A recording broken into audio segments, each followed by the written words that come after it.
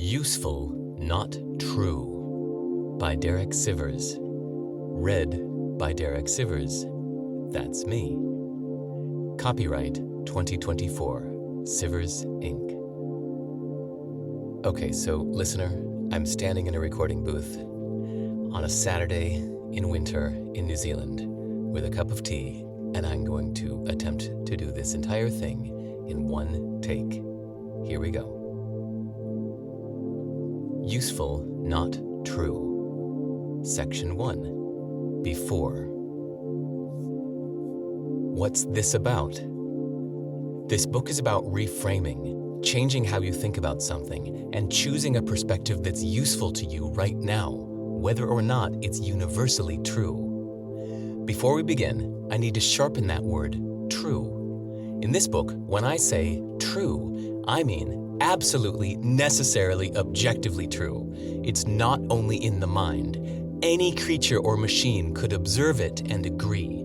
It's a concrete fact, always, everywhere, and for everyone. There's no other way to see it. That's what I mean by true. This narrow definition is important because whatever you consider true is closed, no questioning. But when you say not necessarily true, it opens it up for reconsideration. Notice that not true does not mean false.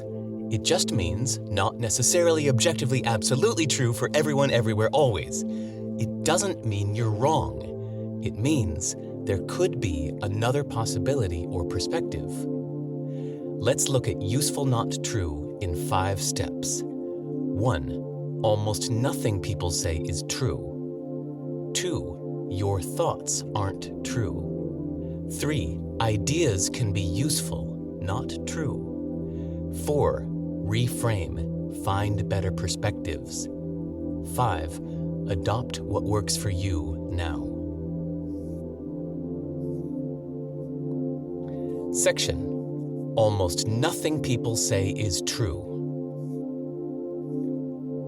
What time is it? What time is it right now? For who? You? For most people in the world, that's not the current time. What day is it today? For who? You? I'm in New Zealand, so it's Saturday. For my friends in America, it's Friday.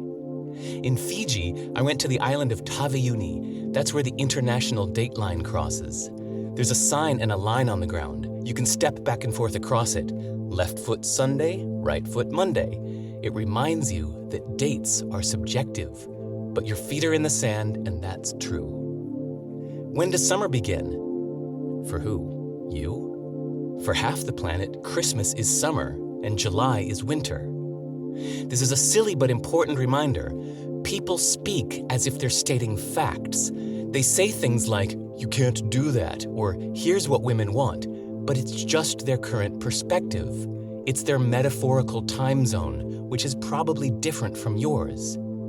They're not wrong, it's just not the only answer.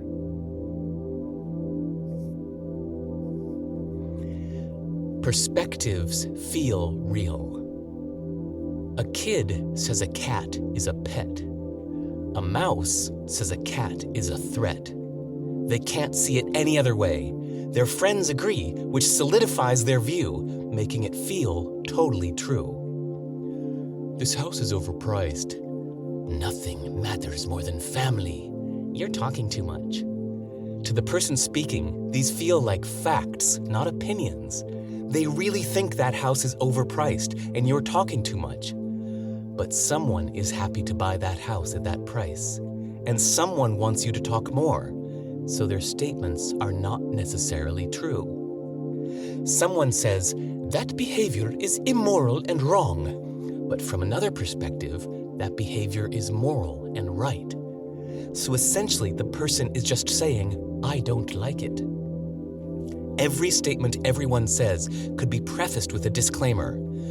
From my limited point of view, based only on what I've experienced. But they don't need to say that. Instead, we need to know that and hear it that way. No matter how much authority or conviction they have, no matter how respected or famous they are, their statements are just one biased point of view.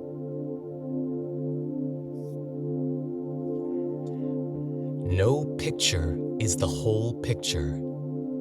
They say the camera never lies, but of course it does.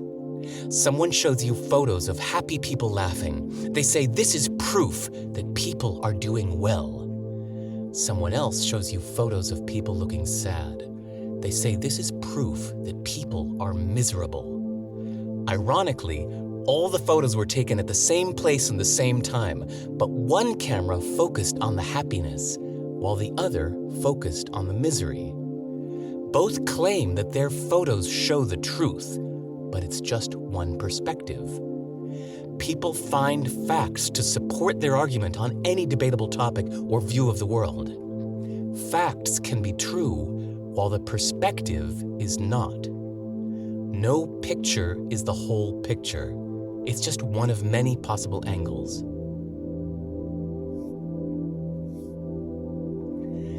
People share perspectives, not facts. People communicate for social and emotional reasons. Notice the word commune in communicate. Socially, they want to bond. Judgments, gossip, ethics, and opinions are all great for signaling and connecting. Emotionally, they want validation. They want others to acknowledge and agree that their viewpoint is justified.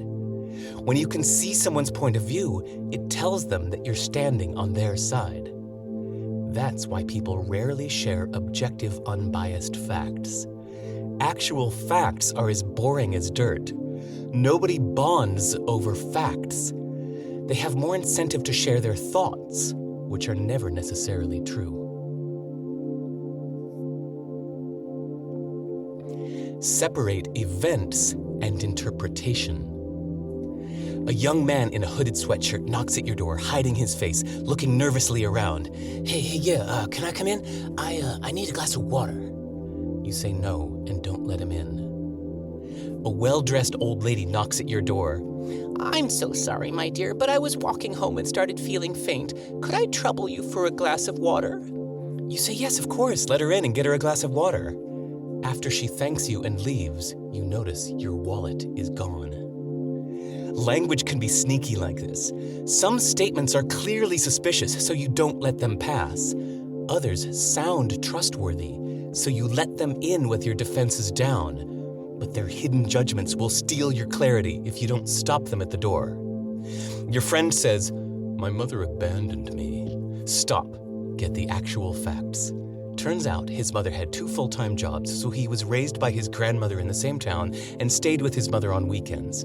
So really, he's saying that he felt abandoned. It helps both of you to distinguish between the facts and the feelings. Another friend says someone is needy, stubborn, and inappropriate, as if those are traits. But the person judging is usually just expressing their unmet expectations, so the statement tells you more about the accuser and almost nothing about the accused. Imagine the job of a police clerk filing an incident report by listening to all the emotionally charged accusations to record the few unbiased observable events. Feelings matter. To address them, we have to distinguish them. Get the dry facts with no interpretation. What's left are the feelings and meanings. We can't change what happened, but we can change the meaning we give it, which changes how we feel about it.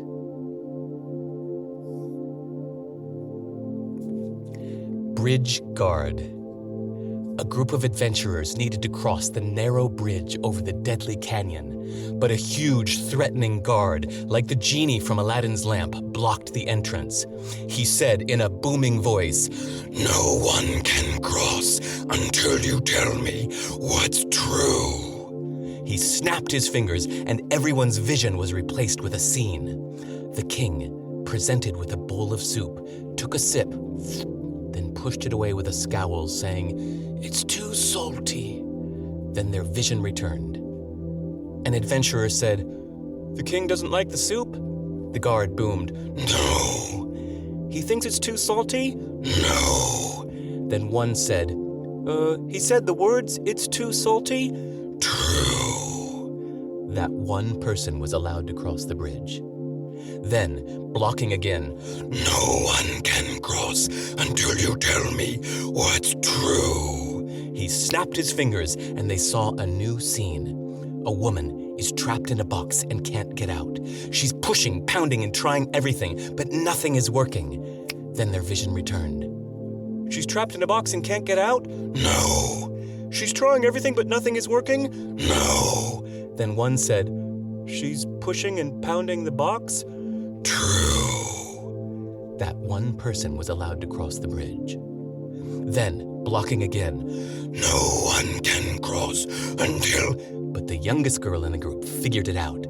She walked right up to the fearsome bridge guard and said, I'm going to cross now. Then she squeezed past his legs and crossed the bridge. So the rest did the same. The guard smiled with pride.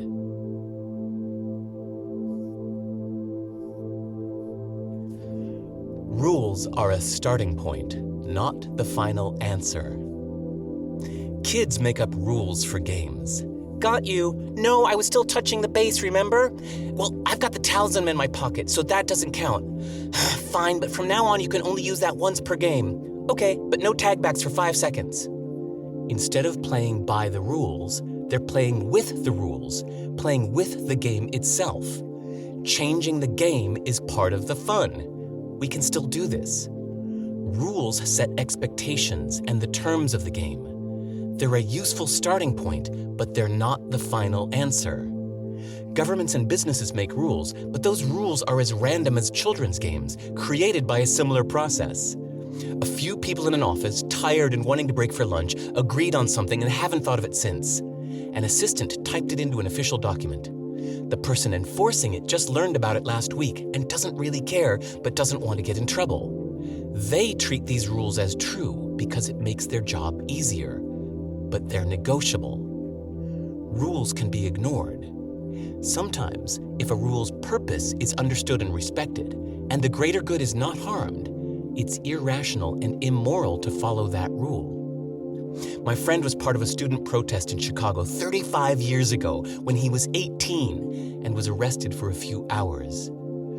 30 years later, he and his wife went for a vacation in Australia.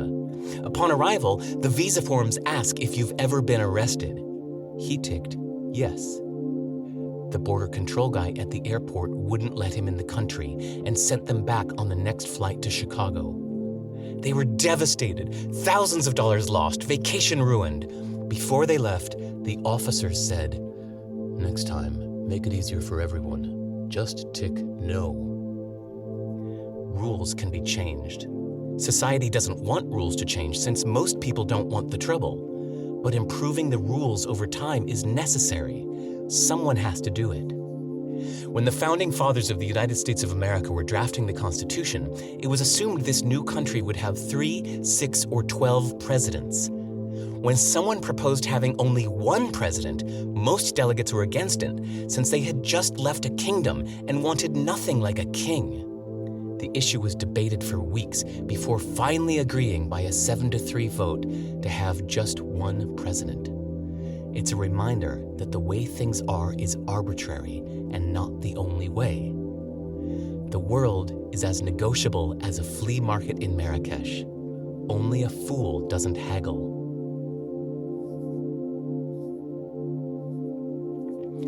Obligations are not true. Family, friends, colleagues, and communities put social pressure on you to do what they want you to do. They say it's your obligation or your duty, but those terms are just social expectations. They're not real. They're not even universal. They're just one way to see the situation. The people saying it's your obligation really just want you to do something. But instead of saying, "I want," they blame a higher legitimacy. It's manipulative. They say their wishes are laws you must obey.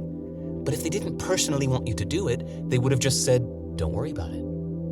Some people say their feelings are your problem. But that's ridiculous. You can't control people's feelings. They are able to choose their response. The word responsible comes from response-able. Everyone has their own problems. To know whose problem it is, think who benefits most from solving it. The boss says you need to work late, but that indicates a flaw in the company's system, which is their problem, not yours. Maybe working late would ultimately harm the company by keeping them from finding a more sustainable solution. Parents say, you need to take care of us when we're old. But maybe we all need to prepare for our own future care instead of burdening others with it. They might say you're a bad person for not doing what they want you to do, but that's not true. Maybe they're just disappointed that you're not taking their wish as your command.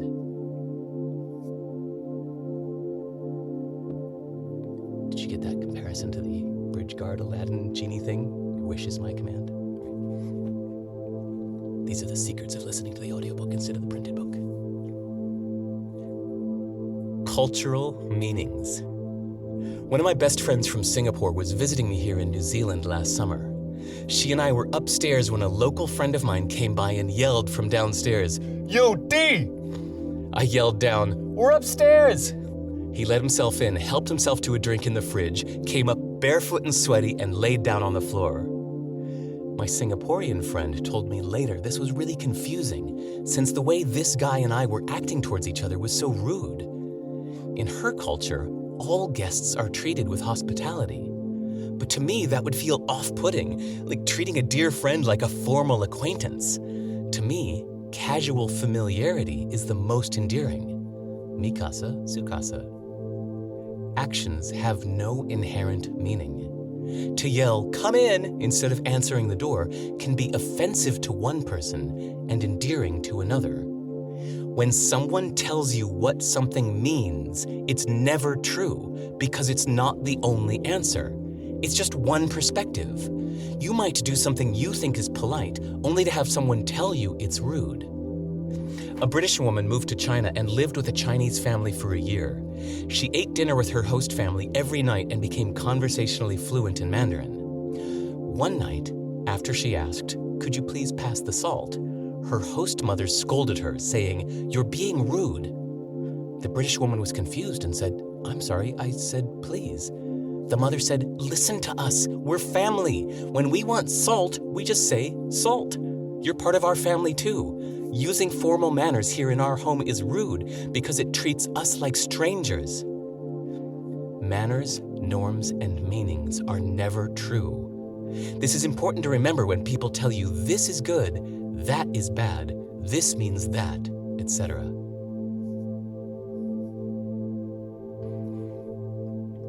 Try to find their incentives. Middle of the night, you're fast asleep. You hear a loud bang downstairs. Your body kicks into emergency danger mode. Eventually, you find out that your cat knocked over the broom. Mystery solved. Back to sleep. You're trying to enjoy a quiet day at the park, but this annoying little girl won't stop screaming. You leave the park angry at a stranger. On your way out, you see the girl has been screaming in pain because she fell out of a tree and her leg is clearly broken. Your anger is replaced with sympathy. These two stories are similar. When something is confusing, alarming, or unexplained, we assume the worst. But once it's explained, we relax. When we don't understand someone, they feel like an outsider, maybe subconsciously an enemy. It's primal and tribal to feel defensive. Our ancestors had reason to be wary and survived by being suspicious. But once we learn the reason, cause, or origin of someone's behavior or belief, we can start to feel empathy and connection. When someone believes something that seems crazy to you, consider what incentives, from their point of view, make that belief useful. It helps you understand someone and helps you feel less defensive. It helps you separate the person and the actions, to see their beliefs not as who they are, but as something they're currently holding for a purpose.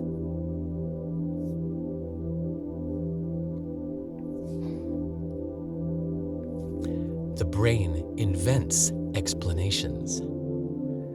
Some people have damaged fibers connecting the left and right hemispheres of their brain and need to have that connection surgically severed. They live pretty normal lives even though the two sides of their brain are disconnected. Psychologists work with these people to better understand the brain. They showed a patient a message to her right eye saying, "Please close the window." She got up and closed the window. Then they showed a question to her left eye. "Why did you close the window?" She said she chose to do it because she was cold. To another patient, a researcher said to only one ear, "Please walk." The patient started walking. Then they asked his other ear, "Why did you walk?" He said he just felt like getting a drink. One woman being tested for seizures had electrodes implanted in her brain. When they stimulated one area, she started laughing hysterically. The doctors asked why. She said the picture on the wall is really funny. Later, when probing that same area again while she was eating, she laughed again. This time, she said it's because her fork is really funny.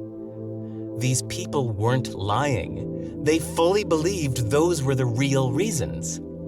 This isn't just brain patients, it's an insight into the human condition, something that everyone does all the time, but these tests were able to show. When asked for an explanation, the brain invents a reason and completely believes it. To that person, the explanation feels like an absolute fact, the kind they swear is true, believe deeply in their core, and will fight to defend. Think of the implications. Major life choices, attraction, excitement, love, jealousy, revenge, anxiety, fear, and interpersonal conflict, all of these supported and defended by explanations that aren't true. People's motives are unknowable, even to themselves.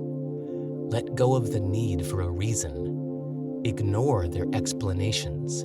The only true facts are their actions.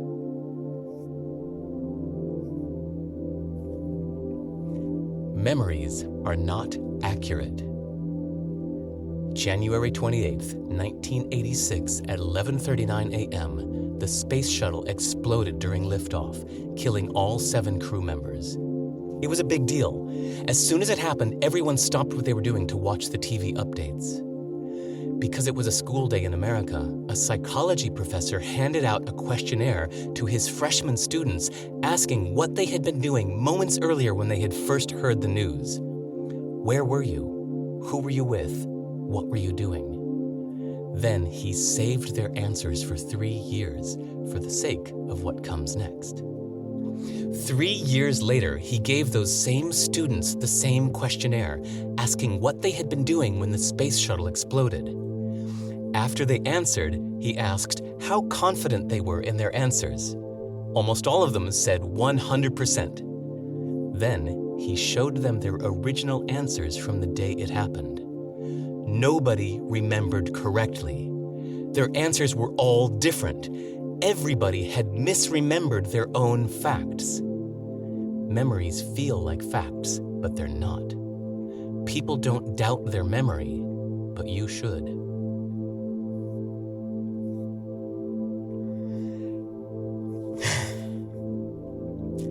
The past is not true. When I was 17, I was driving recklessly and crashed into an oncoming car. I found out that I broke the other driver's spine and she'll never walk again.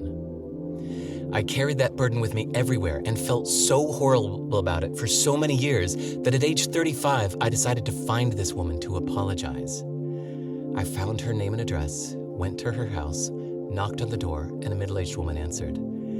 As soon as I said, "I'm the teenager that hit your car 18 years ago and broke your spine," I started sobbing, a big, ugly cry surfacing years of regret. She was so sweet and hugged me, saying, "Oh, sweetie, don't worry, I'm fine." Then she walked me into her living room. Walked. Turns out I had misunderstood. Yes, she fractured a couple vertebrae, but it never stopped her from walking. She said that little accident helped her pay more attention to her fitness, and since then has been taking better care of her health. Then she apologized for causing the accident in the first place. Apologized. I said, "Well, no, it was my fault for ignoring the yield sign." She said, "No, it was my fault because I was eating while driving and not watching the road. You didn't hit me, I hit you." Seems we had both thought the accident was our fault and had spent 18 years feeling bad about it. This time she started crying and said, "It's so stupid, these stories." Aim a laser pointer at the moon and move your hand the tiniest bit, and it'll move 1,000 miles at the other end. The tiniest misunderstanding long ago, amplified through time, leads to giant misunderstandings in the present. We think of the past like it's a physical fact, like it's real, but we never have all the information, only interpretation. One story based on one point of view, that's what we call the past.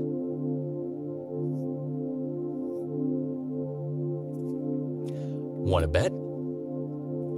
By definition, the future doesn't exist. It's what we call predictions in our imagination. People think that the more vivid the image is in their mind, the more likely it's real. They say, "I'm sure it's going to happen. I can feel it. I can picture it now." People are so certain about their predictions. This meeting is going to be so boring. More funding will help. If that guy gets elected, it'll be a disaster. I'd be happier with a bigger house. None of those statements are true because nobody knows the future. We can't even predict our own reactions. Winning the lottery or having an accident might be surprisingly bad or good. Even a statement as simple as, "I need to relax," might not be true, since it's a prediction that relaxing will help. The problem is certainty and not realizing it's a prediction. Try asking, "How much do you want to bet?" Or maybe, "How confident are you about that prediction from 0 to 100%? Instead of black or white, right or wrong, it will probably be degrees, like 80% sure. When they realize their confidence is less than 100%, they can consider other possibilities.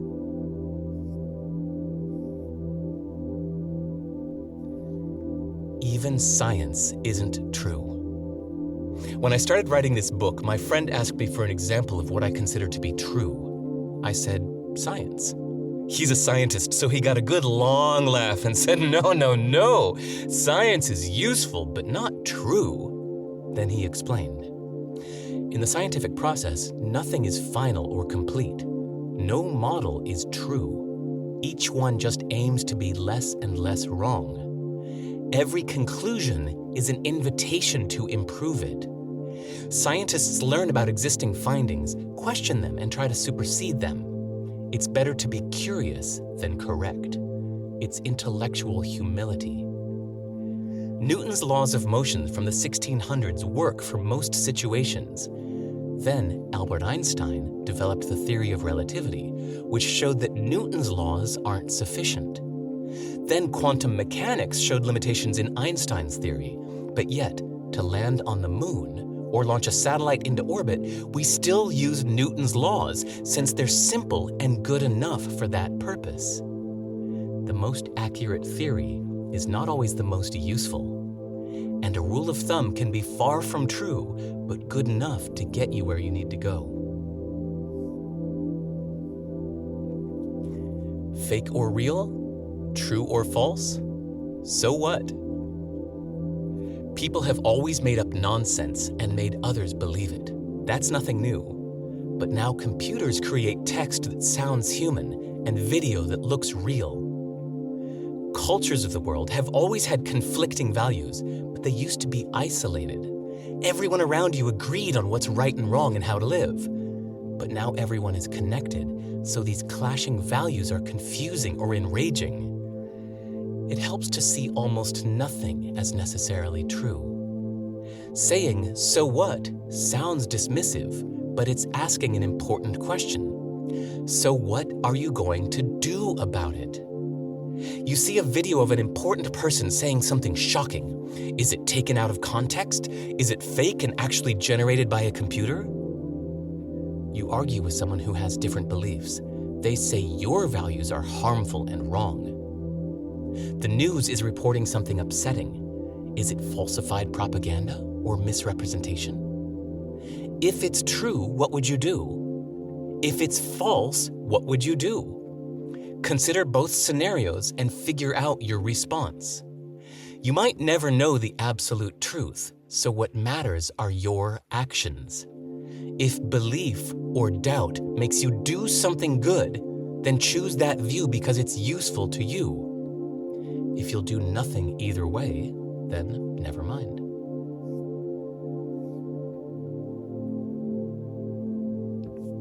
Bridge Guard Revisited. I want to make sure that the point of the Bridge Guard story came across.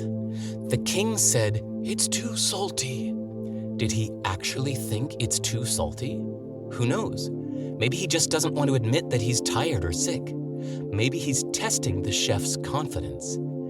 Just because someone says something doesn't mean it's true.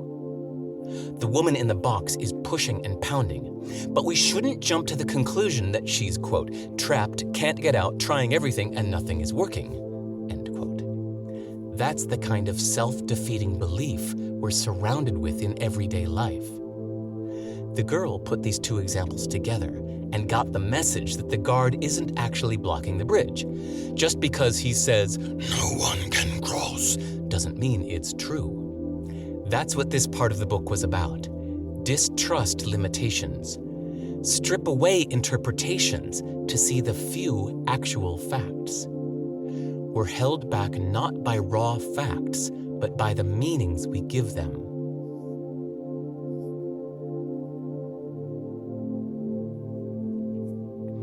That was about you, not them. All of the chapters until now have been about other people. It's so easy to see their faults, so full of nonsense thinking they're so right with their weird beliefs. It's much harder to find fault in yourself. Only after I see mistakes in others do I realize that I make those same mistakes. That's why I put the chapters in this order. First, I pointed at other people so you could clearly see their faulty thinking. Now let's remember that you make those same mistakes. Almost nothing you say is true. You focus on one angle of the whole picture. Your brain makes up explanations. Your perspective feels like a fact. Your certain future is just a prediction. Your thoughts are theories open for improvement. Consider what incentives make your beliefs useful. This book, start to finish, is entirely about you. Maybe you're full of nonsense, thinking you're so right, thinking your beliefs are actually true.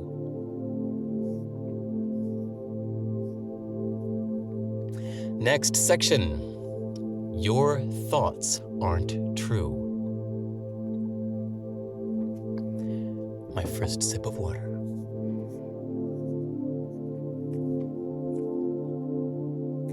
You are the strange one. A traveler comes to a river and sees a local woman on the opposite bank. He yells across, "How do I get to the other side of the river?" She yells back, "You are on the other side of the river." An American woman went on a vacation to Scotland. Talking with a group of people, she said, "I just love your accent."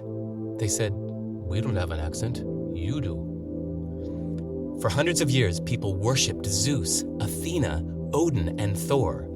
Now we call it mythology. But when it comes to our own beliefs, no, those are just true. Only others' beliefs are myths and superstitions. You take some principles or values very seriously. You think of them as undeniable truths. But to other people, you are the one with silly beliefs. See yourself from the other side of the river. You have an accent. Since you know other people's beliefs aren't true, you have to realize that yours are also not true.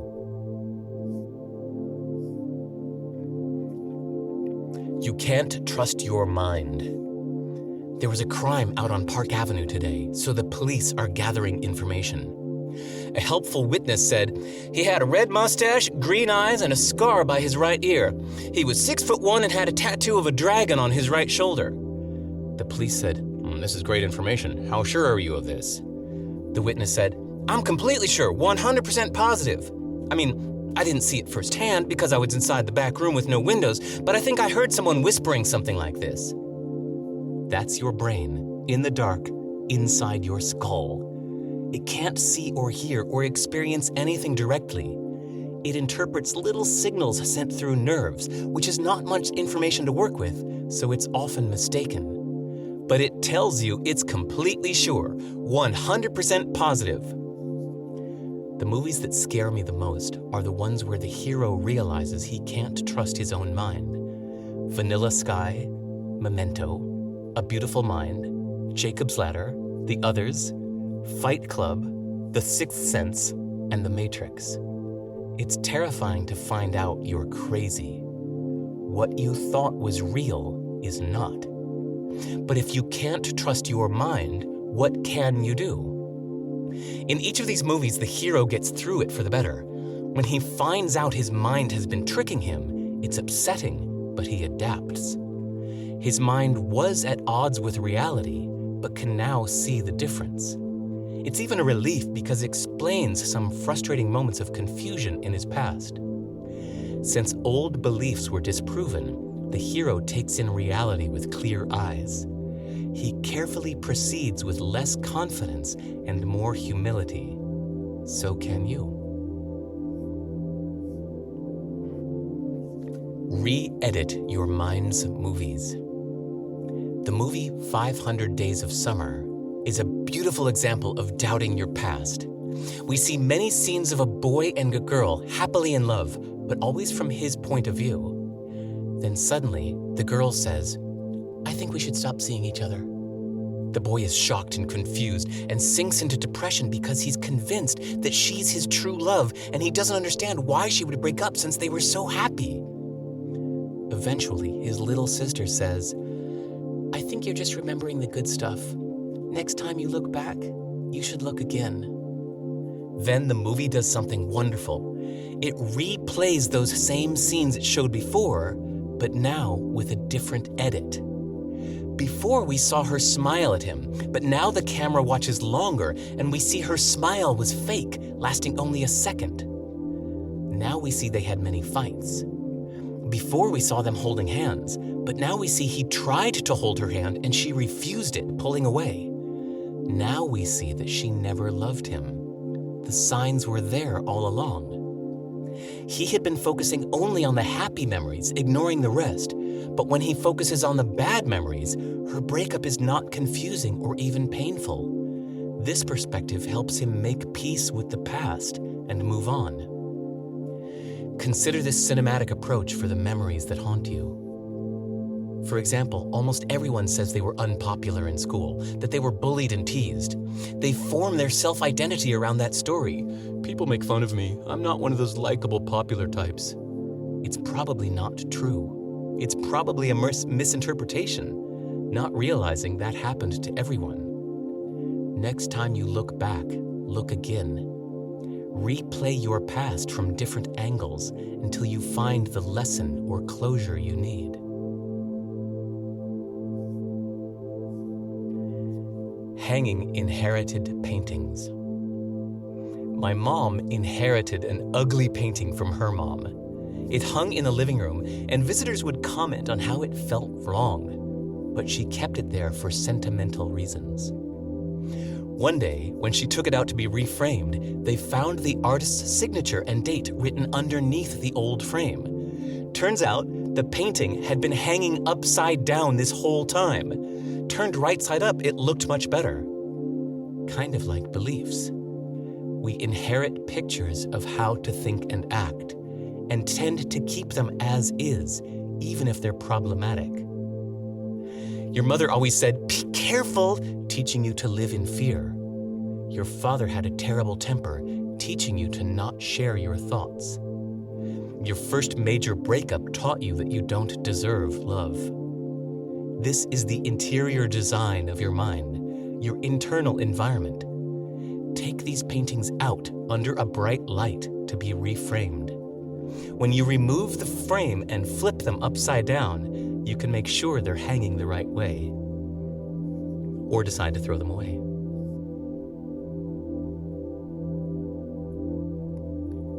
Make believe. Kids scream, "Monster in the hallway!" and hide behind the couch. They stack up cushions for protection and plan their defense. They know there's not really a monster in the hallway, but it's exciting to feel the adrenaline of panic, to make a shelter and feel safe. One kid yells, "The floor is hot lava!" Leaping between furniture is a fun challenge. One slips and wails, "Help, I'm falling! Save me, save me!" Now one kid can feel protected, while the other gets to be the rescuing hero. Mom calls, "Pancakes are ready!" And all stories stop when the kids run into the kitchen.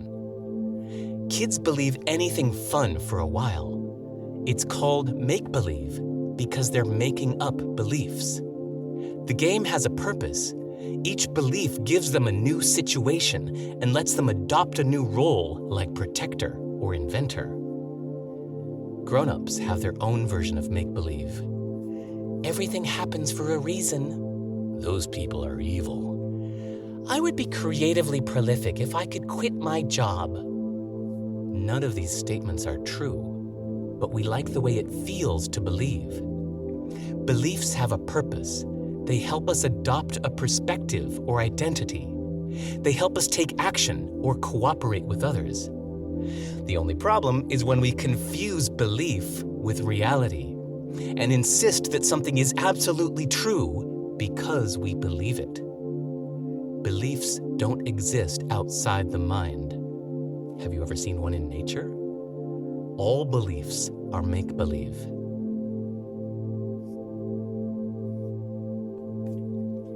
Beliefs are not facts. Whenever someone says, "I believe," then whatever they say next is not true. If it was a fact, there would be no need to declare a belief. You don't say, "I believe in squirrels." You don't say, "I believe squares have 4 sides." It's just a fact, so there's no need to take a stance. You say, "I believe," when it's not a fact that everyone can see.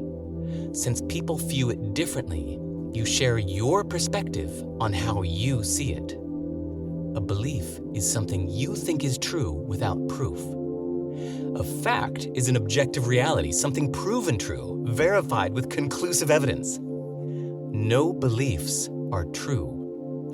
If a belief was proven true, it would no longer be a belief. Galileo believed the planets orbit around the sun, but he didn't have proof. Hundreds of years later, when it was proven true, it ceased to be a belief and became a fact. But in his lifetime, it was just a belief. Beliefs are a stance on what's inconclusive. You have to say, "I believe," because it's not the only answer. It's not a fact. Not yet.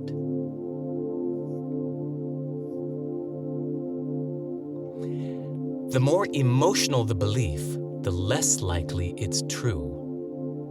Some beliefs are basically facts, but without absolute proof. Tomatoes are a vegetable. Tonight's movie starts at 7. Then my friend shows me proof that tomatoes are a fruit, and the movie starts at 8. Cool, I'm glad to be corrected. Some beliefs make people really emotional. Think of one of your particularly strong beliefs. If someone showed you absolute proof that your belief is wrong, would you be glad to be corrected? Would you instantly change your mind? Why not? Maybe you see that belief as a part of who you are? Would changing it change your public persona, your self-identity? Some people, when challenged on their beliefs, get all upset and scream, "But I believe this deeply in my heart of hearts." Wow, look at all that emotion. It must actually be true. Yeah, right. As if the amount of emotion measures the truth of the belief. Maybe it measures the opposite. If it was absolutely objectively true, there would be no need to get upset. You could just point to the conclusive proof. That's that. Instead, you might be using that word believe to mean my identity depends on this, especially if you feel the need to tell everyone your beliefs.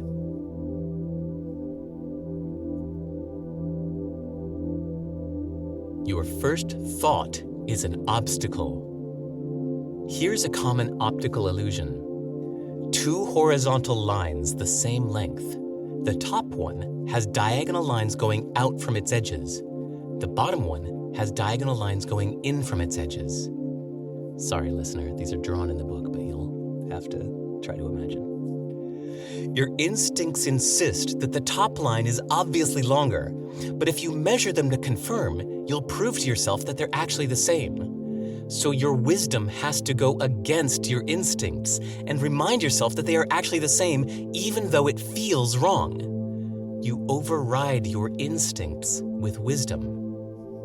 Your instinct says somebody wronged you. Your wisdom reminds you that they could say the same about you. Your instinct says your current situation is horrible and hopeless. Your wisdom reminds you that you can use any situation to your advantage. Your instinct says you know right from wrong. Your wisdom reminds you that your norms are one of many valid perspectives. Your first thought is an obstacle. You need to get past it, outsmart it. Your instinct never goes away, but let your wisdom have the final say.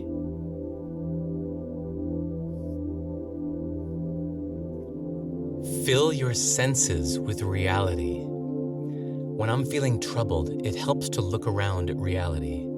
Am I in physical danger? No, I'm in a room, I'm safe. It's a reminder that the trouble is in my head. So I get away from all people and media to avoid all viewpoints, opinions, and drama. I shut off my devices. I go to a place where the natural world is untouched by humans. Ideally deep into nature and stay a few days, but a beach or a forest for an hour will do. I fill my senses with reality. Wind blowing, waves crashing, plants and animals doing their thing. This place was about the same 1,000,000 years ago and 1,000,000 years from now when people are gone. Nature carries on. Humans are just another chattering species, making noise like birds and dogs. Almost nothing people say is true. My thoughts aren't true. Norms, obligations, the past, the future, and fears, none of it is real. They're just thoughts formed into stories. Out here, they don't exist. I find this a better starting place for reframing.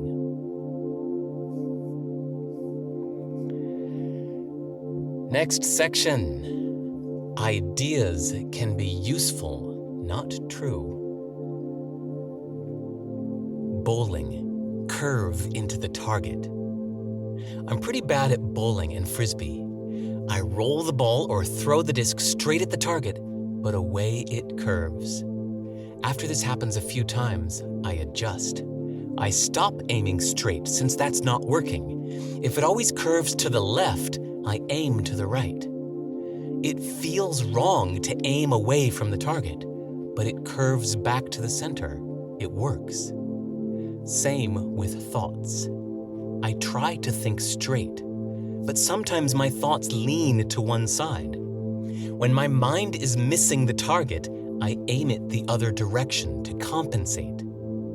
I tend to blame others too much. Everything bad is someone else's fault. So to compensate, I assume absolutely everything is my fault. I tend to underestimate how much time a project will take. So to compensate, I make my best prediction, then double it. I tend to assume I'm right. Then I noticed I was talking more than listening and wasn't learning. So to compensate, I assume I know nothing and have a lot to learn. To be clear, the new thought is not meant to be correct. It's a counterbalance to correct for my tendencies, like aiming the bowling ball or frisbee to the right so that it curves back into the target. Another definition of the word true means straight and accurate, and the word bias means angled or curved. So we can choose beliefs that are not true because they're useful to compensate for our bias.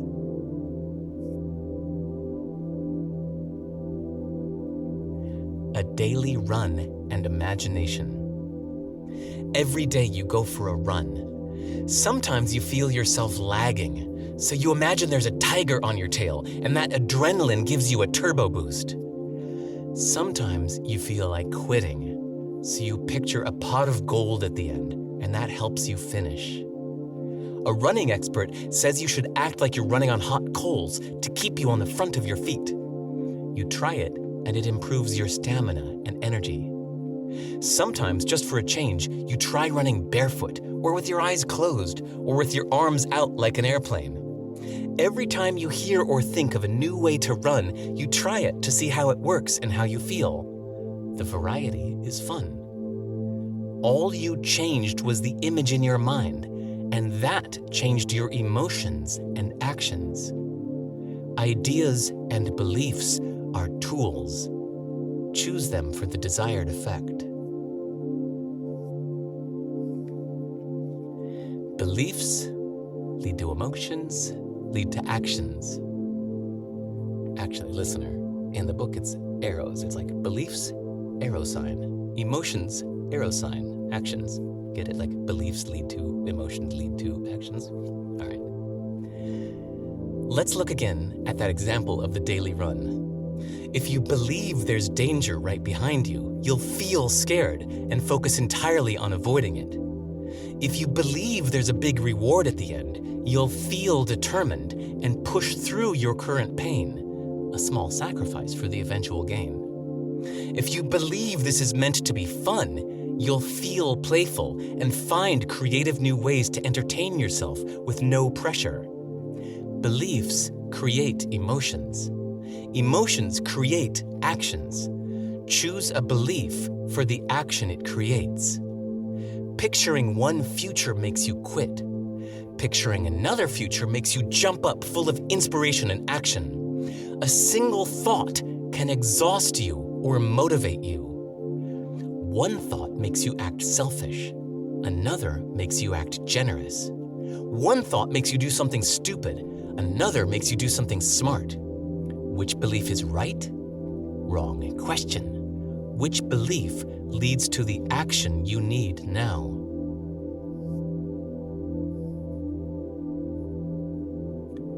Useful? Let's define useful as whatever ultimately helps you do what you need to do, be who you want to be, or feel at peace. The word ultimately is there as a reminder of long-term consequences. Is it more useful to make others see your point of view, or to make yourself see theirs? Is it more useful to think you're right, or to consider other perspectives? Is it more useful to make your life easier, or make yourself stronger? Is it ultimately more useful to benefit only yourself, or benefit others? It depends on who you want to be and what helps you feel at peace. Religion is action, not belief. One man believed God was on his side. He often lost his temper, hurt people, and did more harm than good. But he believed that what matters is what's in his heart, since God will forgive his actions and see his good intentions.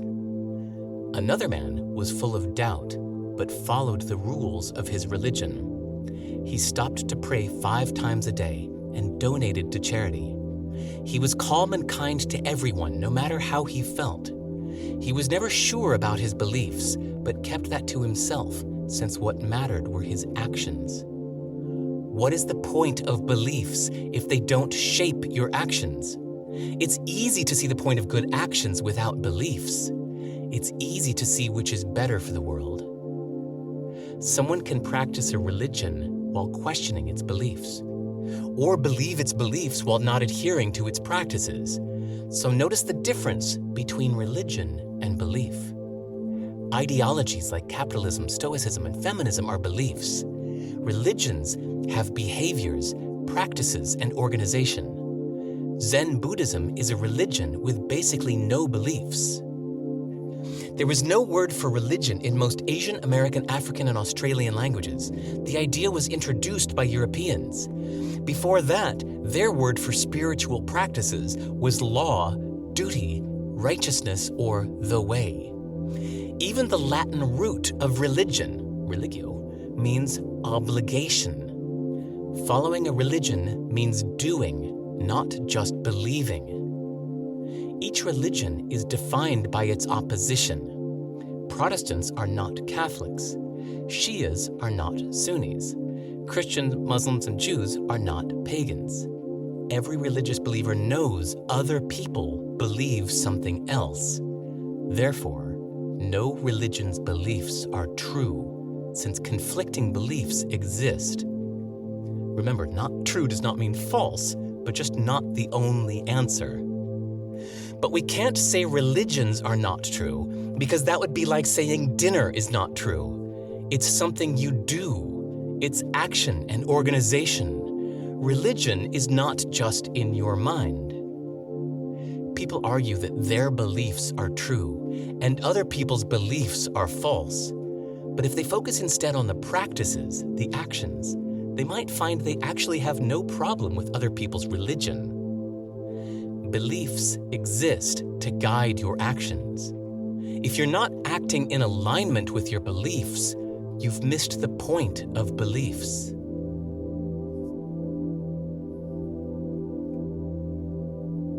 Carpenter's tools. Two carpenters were fixing some stairs. The older one liked to work. The younger one liked to question. The older one grabbed a measuring tape from the toolbox and started measuring. The younger one said, "What would be the perfect tool?" The older one grabbed a saw and started cutting. The younger one said, "It'd probably be a thick, heavy level with a blade, ruler, chisel, and saw all built in." The older one grabbed a chisel and started fixing the edge. The younger one said, "Like a giant Swiss Army knife for professionals to help us be really productive." The older one grabbed a sanding block and finished the sanding. The younger one said, "That'd be so efficient, it'd be the only tool I'd ever need." The job was finished, so the older one put away his tools and closed the toolbox to go. The younger one said, "Unless it would be smarter to just master the chisel like a sculptor, right?" He kept talking as they left. Some people want one perfect solution that solves every problem. They need everything to fit, consistent and congruent. The rest of us use whatever tool helps us do what we need to do.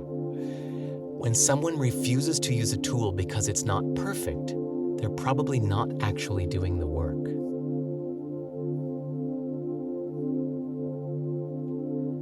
Judge the contents, not the box. My cousin took a course on a complete system for physical fitness and health and followed every bit of its advice. She had great results at first, but then she saw the coach's social media posts and hated his political beliefs, so now she doesn't follow that course at all. A best-selling book on psychology is filled with wisdom that would improve your life if applied. But a few sentences were found to be plagiarized, or some of its studies don't replicate. So people trash the whole book and refuse to read it. That's the problem with judging a box instead of its contents. It's seeking true instead of useful. When any aspect of a package is flawed, it no longer feels true, so all of it is discarded. You lose all of the benefits. Think of a famous person you despise, perhaps a politician or celebrity that represents everything wrong with the world. Now imagine hearing that person say something you really like. Hard to imagine, right? You've probably pre-decided that anything that comes out of that person's mouth is going to be bad. No matter what they say, you're against it in advance. Judging someone as good or bad, instead of each individual idea as useful or not. Listen to ideas, not their messenger. Focus on the contents, not the box. Avoid ideology. You've probably heard the phrase, "Perfect is the enemy of good." Likewise, true is the enemy of useful.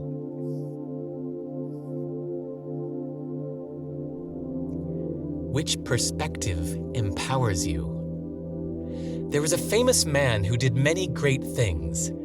After he died, they told stories glorifying him, painting him as flawless. But one story said he was not as great as he seemed, saying he was actually very flawed. A young boy really looked up to this hero, The glorifying stories inspired him by showing him a role model of greatness. The boy worked as hard as he could and held himself to that high standard every day. But when he heard the disparaging story, his pursuit was no longer wholehearted, and he became aimless. A different boy never liked that famous man. The glorifying stories discouraged him because they set an impossible standard. So when he heard the disparaging story, he got inspired. If that jerk can do it, anyone can. This mindset made him work harder than ever to surpass the great bastard. The two boys are a metaphor for your own internal incentives. It applies to stories of all types. Are you more inspired to think you've arrived or have a long way to go? Does it help you to believe people can or can't be trusted? Do you like to see your life as shaped by destiny or chance? Which story helps you do what you need to do, be who you want to be, or feel at peace? You don't need to decide which one is right. You can use one meaning to get you out of bed and another to sleep well at night. Which meaning leads to the actions you need now?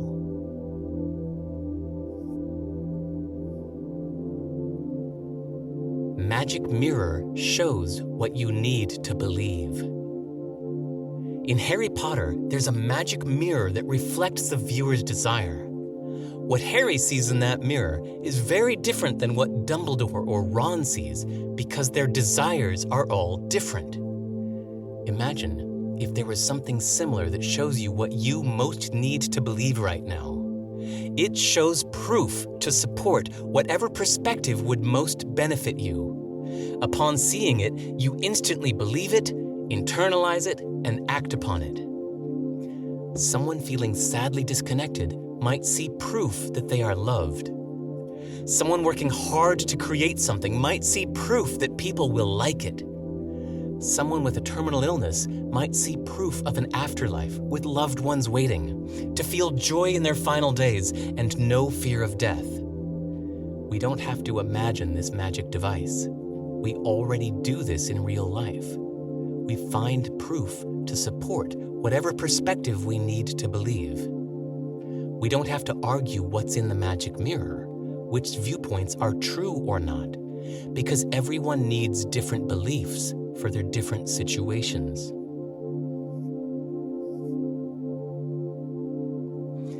Placebo meanings. Jerusalem is one of my favorite places. I hope to live there someday.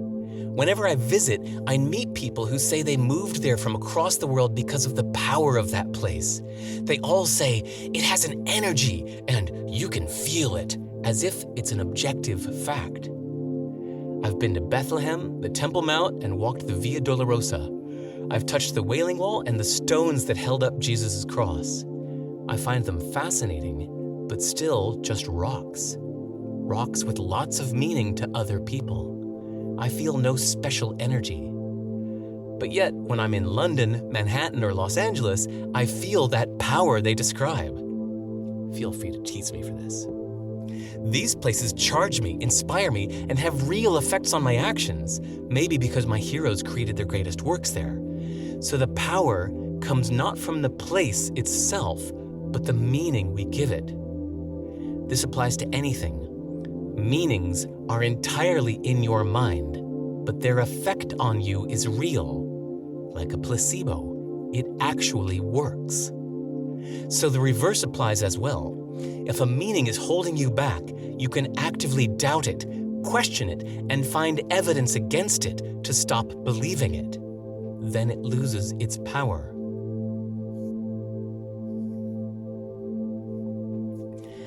Life is blank. Fill in the blank. Okay, listener, I need to describe this. In the book, it's a long underscore. Like when you're taking a quiz and there's a missing word, you're supposed to fill in the missing word, so they put a blank there, right? So, for speaking that blank, I'm just going to say blank, blank, blank, fill in the blank. Okay, ready? I'll start again. Life is blank, blank, blank, fill in the blank. I was at a workshop, and right before dinner, the teacher wrote this on the whiteboard. Life is fill in the blank. He told us to think about what goes in the blank. He said that after dinner, he'd reveal the meaning of life. At dinner, I was at a table with 7 other people, each arguing about what should go in that blank. One said life is learning. One said life is memory, since if you can't remember your life, it's like it never happened. One said life is love, the most powerful emotion. One said life is giving. One Nouveau Buddhist said life is suffering, repeating his recent lessons. One said life is choice, since our choices shape our life. One said life is time, since life is what we call the time between when we're born and when we die. Each was arguing that their answer was definitely the right one. I'm usually talkative, but I stayed quiet and just listened. Because there were different valid perspectives, it seemed clear that none of these could be the answer. Then I thought, maybe there is no answer. There is no built-in meaning. Maybe life is like a blank canvas for everyone to project their own meaning into. Oh, maybe that's why the teacher wrote, life is fill in the blank. Maybe that's not a question. Maybe blank, blank, blank, fill in the blank, is the answer. Ooh, that's good. I like that a lot. After dinner, yeah, my hunch was right. That's what the teacher intended. He pointed up and asked, "What's the meaning of this ceiling?" Someone said, "It provides shelter." Someone else said, "Safety, structure." The teacher said, "Those are your meanings. The ceiling itself has no meaning. It's just a ceiling." He asked everyone, "What does it mean that you're here today?" Someone said, "It means I'm trying to improve myself." Someone else said, "It means I'm committed." The teacher said, "Those are your meanings. Your presence here today has no inherent meaning." Then he asked, "So, what's the meaning of life?" This time, people's answers were emphatic, each arguing for their favorite meaning. The teacher said, "Those are your meanings. Life itself has no meaning." Now people were upset, saying this whole workshop was a scam and they want their money back since they expected an answer. But I like that fill-in-the-blank answer a lot. Not just for the meaning of life, but for everything. You love traveling. What does it mean? You must be running away from something? You're privileged? You're a curious soul searching for answers? Nah, nothing has inherent meaning. Whatever meaning you project into it is your own. You were just thinking of your long-lost friend this morning, and then they contacted you for the first time in years. What does it mean? Our psychic connections bind us? Our souls are in sync? The universe is sending out energy waves that we can feel? I mean, if you like that idea, why not? If that makes life feel more special, more magical, if that makes you curious about the unseen forces all around us, if that makes you marvel and wonder, then maybe that meaning works for you. Great. Give that event that meaning. That's coming from you, though maybe you need to believe it's true to feel its magic power. Meanings can help you feel your life is important, with a narrative and purpose. Meanings can help you make peace with events out of your control. Meanings can give you a reason to persist in difficult times. But they're internal, not external. They're yours, not others. Me? I like the blank, blank, blank, fill in the blank. I like the blank canvas.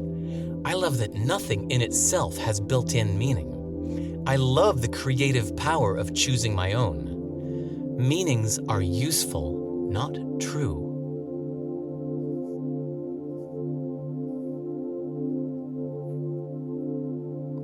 What is the truth really for? You don't want a drill, you want a hole in the wall. So what do you really want when you seek the truth? You can gather raw facts, but there are infinite facts, so you select and filter and interpret them. Like cotton plants or sheep's wool, facts are processed before they're used. Is that seeking the truth, or just material for a story? Maybe you're preparing for arguments. You want facts as weapons to defend your viewpoint and attack theirs. Facts can win a battle, but not a war. Maybe you're making a big decision. You want to feel well-informed and certain. But that's an emotional state unrelated to the facts. You'll ignore a mountain of evidence if you hear one good story against it, or just feel yourself leaning the other way. Most emotions can't be persuaded. You need to feel good about your choices. Emotion decides. Facts rationalize. You'll find whatever truth is useful. Ask yourself why you want the truth. What do you plan to do with it? What's the real outcome?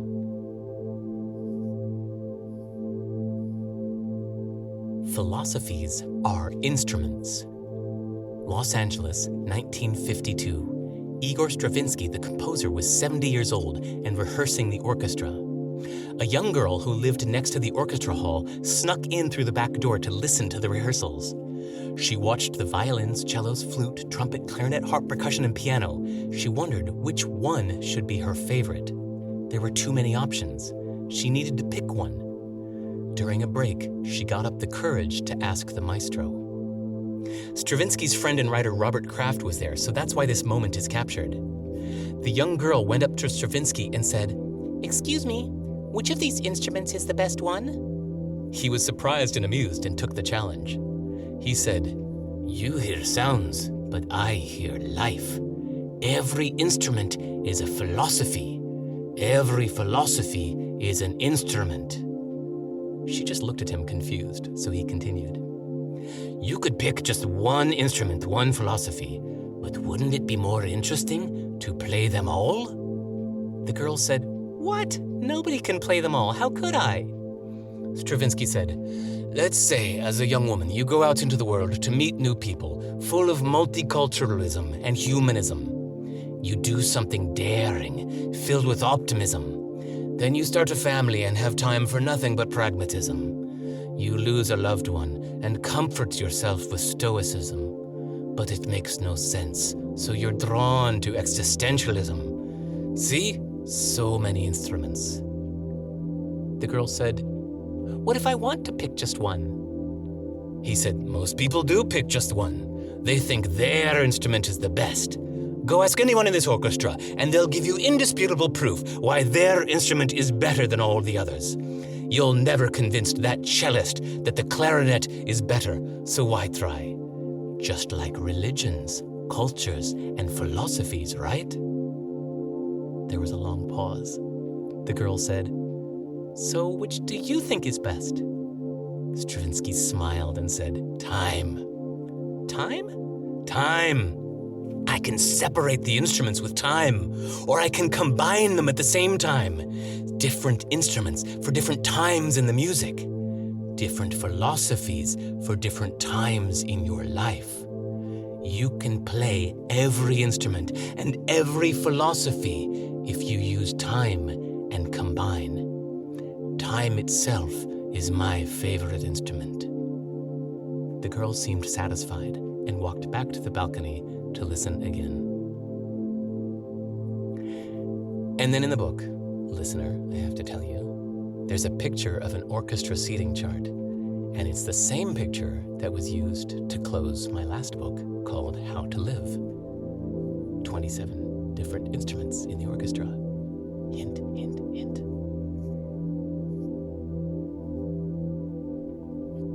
Next section. Reframe. Find better perspectives. The most useful part of this book. Imagine you're reframing a painting. First, you remove the old frame. Then you try different frames. The first 3 parts of this book were helping you remove the old frame. That was just preparing for this. Now it's time to try different frames. Explore many different ways of looking at your situation, finding perspectives you'd never considered before. Where you felt stuck, you'll see a great way out. You'll find an angle that excites you. What was cloudy will be a clear plan of action. You'll see a smarter strategy. Where you felt haunted, you'll feel at peace. These are the powers of reframing. Who chooses your next thoughts? In the book, the word next is in parentheses there, so actually it's more like, who chooses your next thoughts? You might say, I can't help the way I feel, as if it's completely out of your control, as if you have no choice and are unable to feel any other way. But you do have a choice. Think a different way, and you'll feel a different way. You choose your reaction. Not the first one, but the next. There's a crucial moment in between when something happens and when you actually respond. It's an important life skill. It's as simple as this. 1, something happens.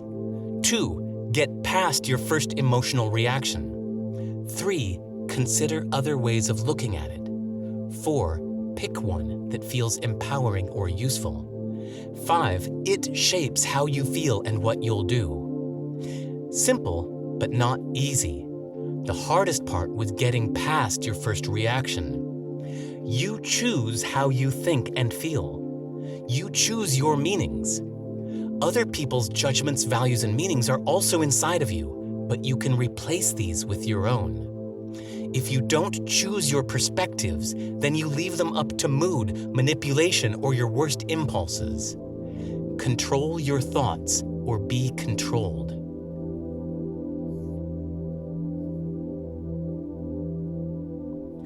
Answer great questions. Pick something that's holding you back from what you want to do, be, or feel. It might feel like physical fact. I'm too old. I can't afford it. Even if you are old and have no money, that has not stopped others, so that's not the real problem. Beliefs are often self-fulfilling. Whether you think you can or can't, you're right. Think nobody will love you? Think there are no opportunities? You can make bad dreams come true. Doubt limitations. What's another way to see it? What perspective would help? Ask better questions. I'm too old becomes, how can I use my age to my advantage? I can't afford it becomes, how can I afford it? Every problem becomes, what's great about this? Go back to your favorite books, movies, thinkers, or heroes. They're your favorites for good reason. They have lessons or wisdom you can use. What did they teach you? What would they say? Ask any AI to list empowering questions. There's no shortage of great questions, but don't just ingest them. You have to really answer them.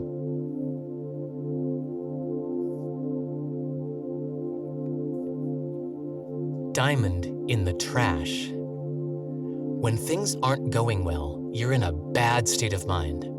If you ask yourself a healthy question like, what's great about this? Your answer will probably be nothing. This is just bad. Don't be so sure. Push past that first thought. Keep asking. You can always find something useful. Use what you learned about brainstorming. Don't stop at the second or third answer. Come up with crazy ideas. Use what you learned from jigsaw puzzles. Start with the edges.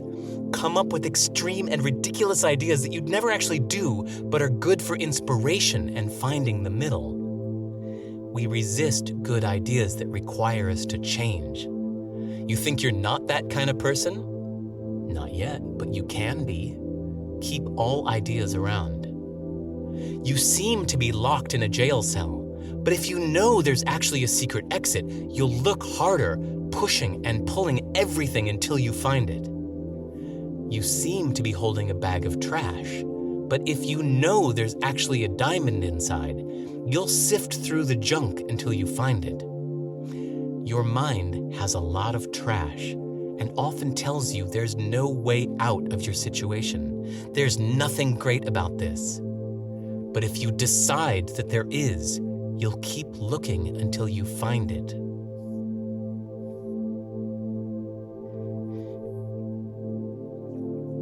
Expand your repertoire.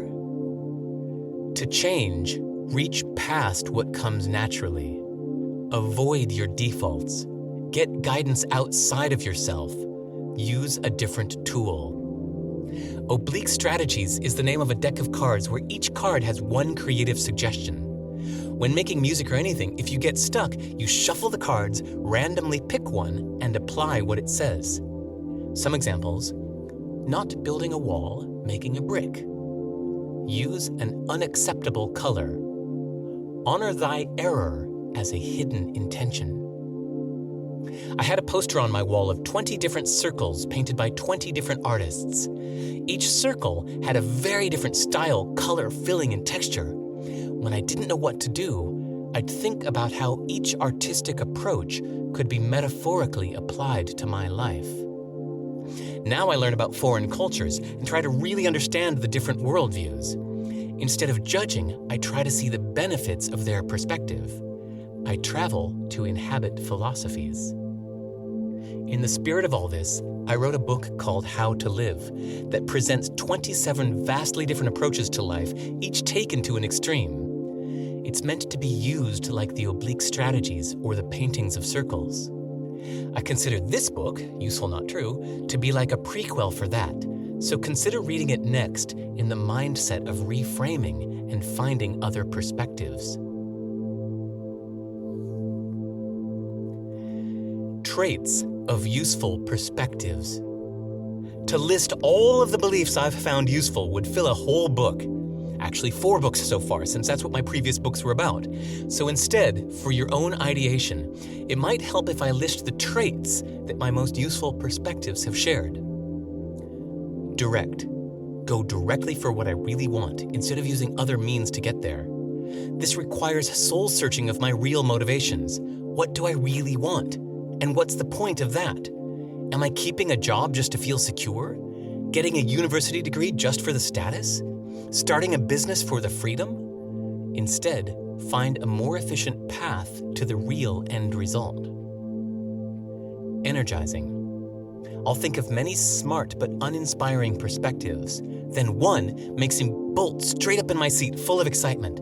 It inspires me to take immediate action. Note that fear is a form of excitement. Self-reliant. It doesn't depend on anything out of my control.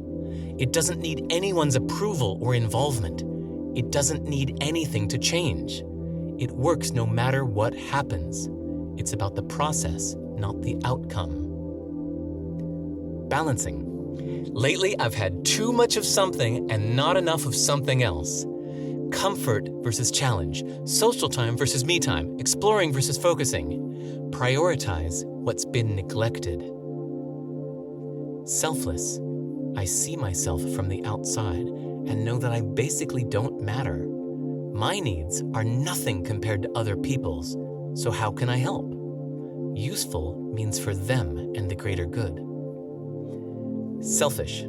Generosity can go too far. Protect the goose that lays the golden eggs.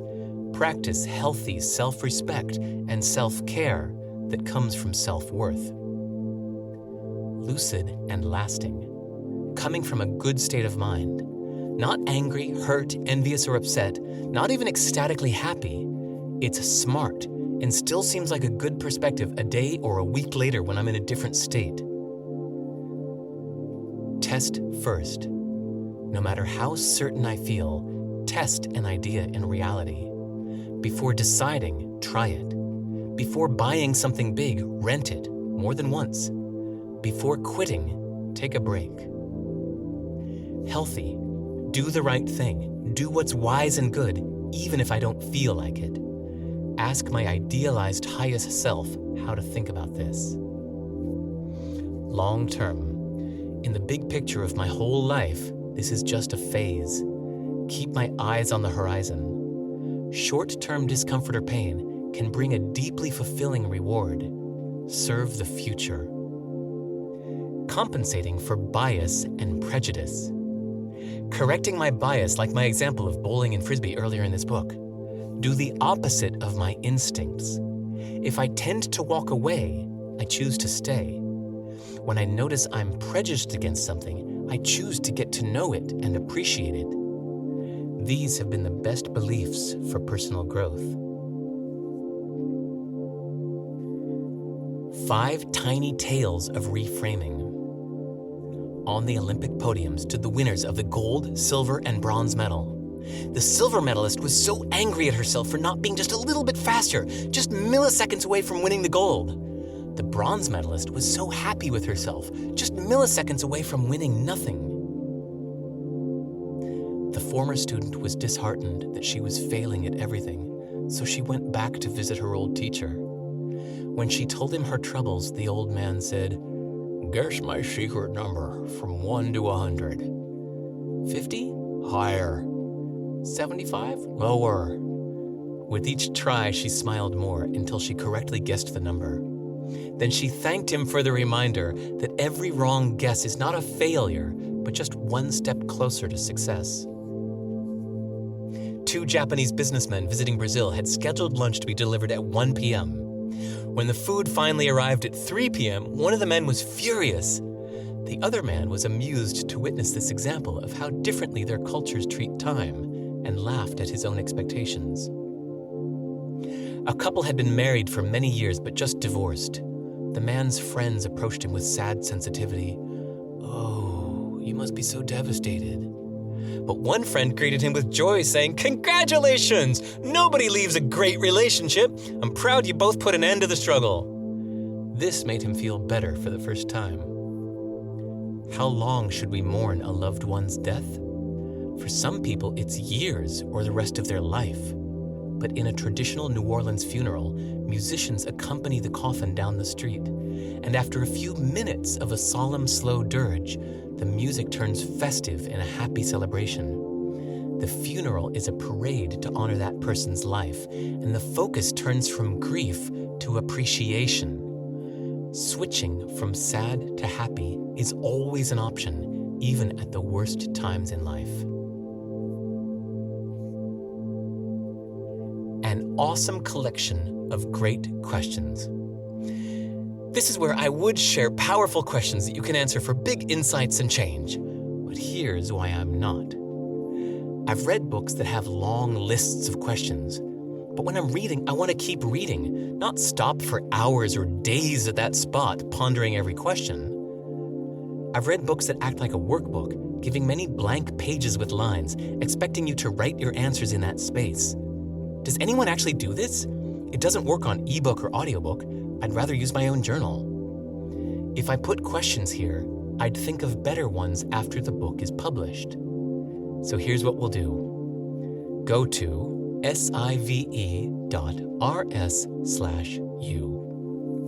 That's the permanent website for this book, where I'll keep an ever-improving collection of helpful questions free for you to take and use whenever you want. I hope you agree that it's better than this page of this book could ever be. All right, last major section. Adopt what works for you now. Sweater comes off because it is hot in this recording booth now. Ready? How to decide and make the best choice. You can do anything, but you can't do everything.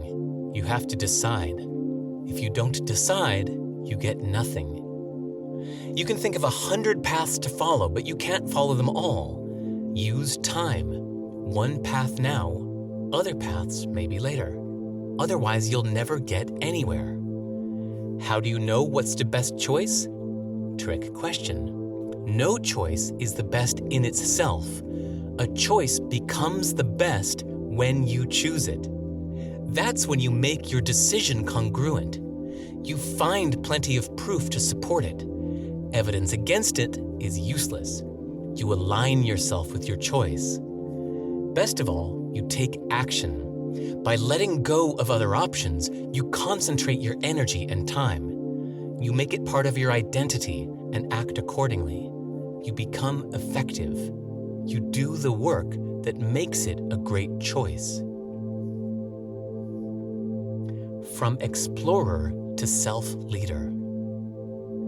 Picture the stereotype of an explorer hundreds of years ago on an expedition to uncharted lands. The explorer tries everything, up that river, down that valley, into every inlet. The explorer finds a nice harbor that would make a great port and notifies the queen. The queen appoints a captain to lead people to this new place. The leader is focused entirely on this destination. Here's where we're going, here's why, here's how, let's go. The leader describes the plan clearly and simply so it's easy to understand and repeat. The leader goes in a straight line, obstinate and undistracted. If a storm sends the ship off course, it gets back on course. If you tried to suggest halfway there, what if we tried somewhere else instead? The leader would ignore you. This is a metaphor for two sides of yourself. When making a change in your life or mind, you start by exploring. You take in tons of information and keep searching for different perspectives. Eventually, you don't need more information or time. You've found some good options. You need to decide. You need to switch from explorer to leader, to leading yourself. Stop considering other viewpoints. Stop changing the course. Pick a destination and cut off other options. Here's where I'm going. Here's why. Here's how. Let's go. Describe the plan clearly and simply so it's easy to remember. Go in a straight line, obstinate and undistractable. Ignore the explorer inside of you that says, what if I tried something else instead? You can go back to exploring after you arrive at your destination.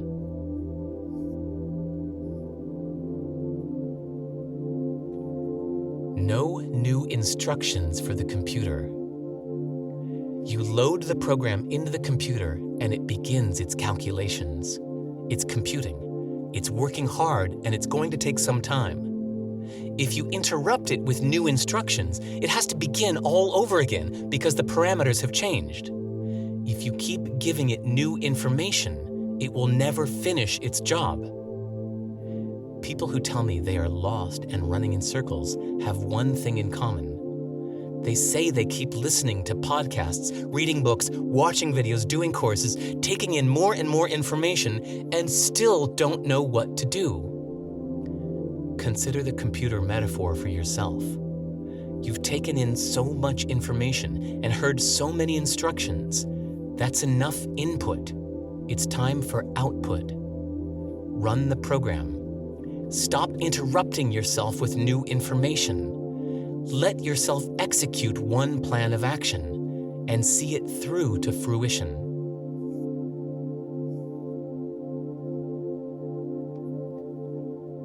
Private journal to internalize it.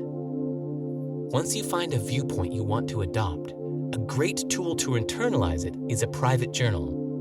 Whether you write, type, or just talk, the point is to fill your mind with this new perspective. Strengthen it by stacking up the reasons why you chose it. Here's how this will help me.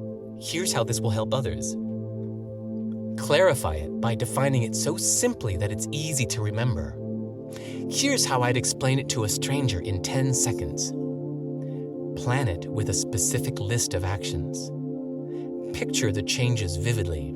Describe your new self-identity and its implications. Prepare for setbacks. Outsmart your future self that will try to revert to your old mindset. Trick the trickster in advance. Come back and review your journal often so you can remind yourself of your decision, reasons, vision, and plan. Talk with friends to solidify it. After you privately internalize a belief, talk about it with friends. Explaining it to different people helps you refine it. They might see an angle or consequence you hadn't considered. You hear it for the first time outside your own mind. You'll hear it sound wrong or right when telling someone else. It feels like an announcement. It helps solidify the decision. You can ask them for help to support your choice and to hold you to it. We know ourselves through others. If people say you have nice eyes, then you must have nice eyes. When your friends acknowledge your belief and echo it back to you, it really feels like reality. Why your choice is wrong. No matter what choice you make, someone will tell you it's wrong. It's wrong because it's not what they would have chosen. It's not what they need. It's not the choice of other people they know. It's not what an expert recommends. The prosecution rests their case. You might feel a need to defend it or argue why you're right. Don't bother.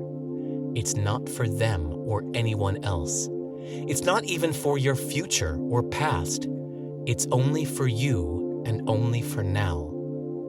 Your choice helps you do what you need to do, be who you want to be, or feel at peace. It improves your current actions. That's enough. No need to argue that it's true.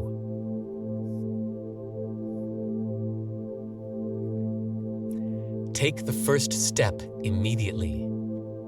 I spent basically my whole life in America and had no desire to travel or be anywhere else. But one day, I was thinking about growing older and how people get stuck in their ways as they age. I thought what a learning experience it would be to move somewhere far away, somewhere that surprises me every day. Doing that often would be great for my brain. The more I wrote about it in my journal, the more I felt it matched my values. So, out of curiosity, I looked up the price of a flight to London. I picked a random departure date 4 months away and a return date 6 months after that. It was only $400 round trip, a crazy sale price too good to miss. So without hesitation, I typed in my credit card and booked it. It took a few seconds to realize what I'd done. I just committed to moving to London for 6 months. Whoa. 4 years later, I was living in Singapore and had a baby with a woman from India and moved to New Zealand to raise him. I'm a citizen of 3 countries now and deeply happy with my life.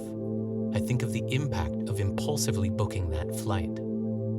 On the other hand, there were times where I thought I wanted something in theory, then took the first step and realized I was wrong. Taking action tests your thought in reality. Here's a good rule from experience. If you're considering something destructive that would hurt someone or yourself, be very reluctant, keeping all other options in mind for some time. But for anything else, take the first step immediately, without hesitation. Start momentum. Keep tuning and adjusting. When I got my first guitar, the nice man at the shop put on new strings and tuned it. A week later, I brought it back to the shop because it sounded terrible. He told me it was just out of tune. I said, "But you tuned it already." He explained that I constantly have to retune it every time I play. Same with adopting a new mindset. Every week, back in the journal, reflecting, talking with friends, and making adjustments. Sometimes you need to stick with the plan exactly and only adjust your thoughts. Sometimes you need to update the plan. Use your wisdom to decide. Don't be discouraged when you get off course. A big benefit of keeping a journal is that you can go back and review it to remind yourself what you're doing and why.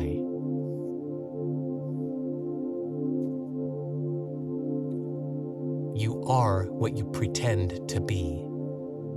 Your outside doesn't need to match your inside. You can feel terrified inside, but just pretend to be brave for 1 minute. By doing that, you are actually brave. You might be a total introvert, but need to attend an event, so you act social for 1 hour. By pretending to be social, you were. You can imitate your role model. Many top performers have an alter ego, a Jekyll to their Hyde or vice versa, a side of themselves they personify and bring out when needed. It's not Maria who negotiates, it's El Tigre. I wasn't usually in the mood to be a good dad, but knowing how important it is, I'd collect my strength and do the right thing for a few minutes or hours, a short burst of being who my boy needed me to be. After years of that, we have an amazing relationship, and he tells everyone he has the best dad ever. You are your actions. Your actions are you. Your self-image doesn't matter as much. When you realize what you need to do, it doesn't mean that's who you need to be. You can just pretend. Last section is called After. Reframing death. For the last 3 years, my boy and I have had a pet mouse. We got her from a pet store, and he's carried her in his hand through so many adventures in forests, beaches, and playgrounds. She sat on many little handmade boats down the creeks of New Zealand, sand castles and Lego houses built just for her, drawings and stories for and about her. You've never seen a mouse so loved. For the past 6 months, she's been next to me on my desk 12 hours a day as I wrote this book, moving slower and wobbling, looking like she's in pain. This week, she kept falling over when trying to eat. 30 minutes ago, she died. I'm surprised how much I've been crying. As soon as she died, she looked at peace for the first time in months. It led to a thought that seems like a nice end to this book and gives it extra meaning for me. Heaven is such a useful reframing. Maybe it's the original reframing. Death can be terrifying or devastating, so no wonder every culture found a way to reframe it. Some people avoid loving pets or even people because they're scared of the eventual heartbreak and loss. But avoiding sadness is like listening to music with only major chords. The minor chords are so beautiful. I'm crying, but isn't that wonderful? It's a part of a rich life.